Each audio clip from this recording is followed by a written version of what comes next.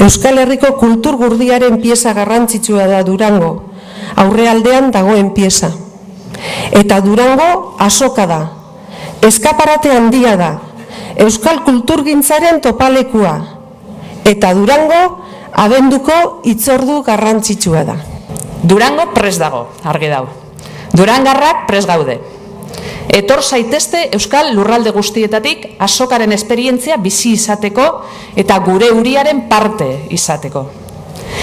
Euskararen eta euskal kulturaren sustraietan behar besteko mamia gure ganatzeko. Durangoko liburu eta disko azoka dela, gutxienez urtean behin, aspaldiko lagunak eta euskaldun munduko ezagunak ikusi eta agurtzeko tokia. Urteak joan, urteak etorri, gabon aurreko hitzordu garrantzitsua dugu Durango. Gerediaga elkartea da, isilean eta ozen da bizen hoietako bat, eta benetan bestetan ere egin dudan bezala, behaiei eskerrak eta zorionak eman nahi dizkiet aurten ere. Krisi aurrera egin nahi duen eta egingo duen kultur ekoizpena eta industria dugu hemen. Sutan ondo probatutako heltzea. Garai zailak, baina lanean eta auzolanean oinarrituta itxaropena, esperantza aldarrikatu nahi dut. Hala egin dezagun gure esku baita hau. Es un momento muy importante para el pueblo gitano esta mañana. Y qué bonito sería si mi padre pudiera vernos ahora aquí. Baduzu aukera, antxe begira duzu Jorgeren arreba.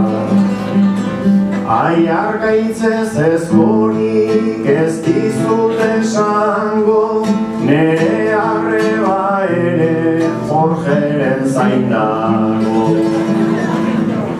Patriarka hemen dago, handago Eliza, zenazketa polita, alzaiuzta pisa.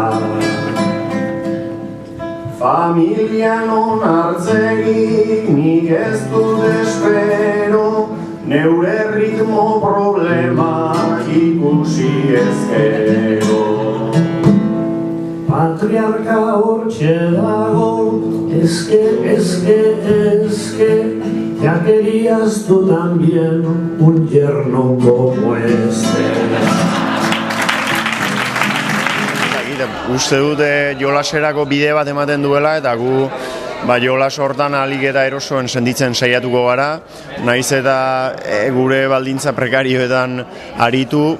Uste dute, aski moldakorra garela, bai, bersoa beti da aski malgua eta berak ere bere habilidadearen baitan badu flexibilidaderako gaitasun hori, eta orduan horri esker uste dut moldatzen alko garela. Esan duzue asko hobeto biziko gara elkar ezagutu ezkero, ezta? Bai, nik uste dute bi herri desberdin garela, bi kultura ezberdin dauzkagula, baina normalean kulturak ez dira elkarren aurkakoak izaten, ez? Eta uste dut, ez ezagutza bat badagoela. Nik egia izan sortea izan dut eta Kasimirorekin eta beste atzokin harremana izan dut, noizbait kale dorkailikokoek eskatu diate beraiekin lanen bat egiteko eta orduan lehendik ere ezagutzen dituen, baina egia da oro har, gizartean ez dugula elkar ezagutzen. Para mí ha sido una experiencia porque nunca había hecho así y yo creo que es algo nuevo y que no se ha visto mucho y esto pues llama la atención un poco porque se han juntado dos culturas distintas que no tienen nada que ver y ha estado muy bien, ha estado muy bonito. Y bueno, este año sois la cultura invitada, ¿no?, en la Soca. Sí, y yo creo que esto es una oportunidad para que nos demos a conocer y la gente pierda ese respeto, esa cosa que tiene, ese reparo y se acerque más a nuestra cultura y eso. Estaba aquí pasando por la Soca de Durango, ¿qué te parece? Bueno, yo ya sabía que existía lo de Durango, pero nunca había tenido oportunidad de estar aquí. Y creo que es el síntoma de una vitalidad muy potente de la cultura vasca, tanto del libro como del disco en euskera, sobre todo el libro, y me voy con una impresión muy positiva, la verdad. Sí, sí.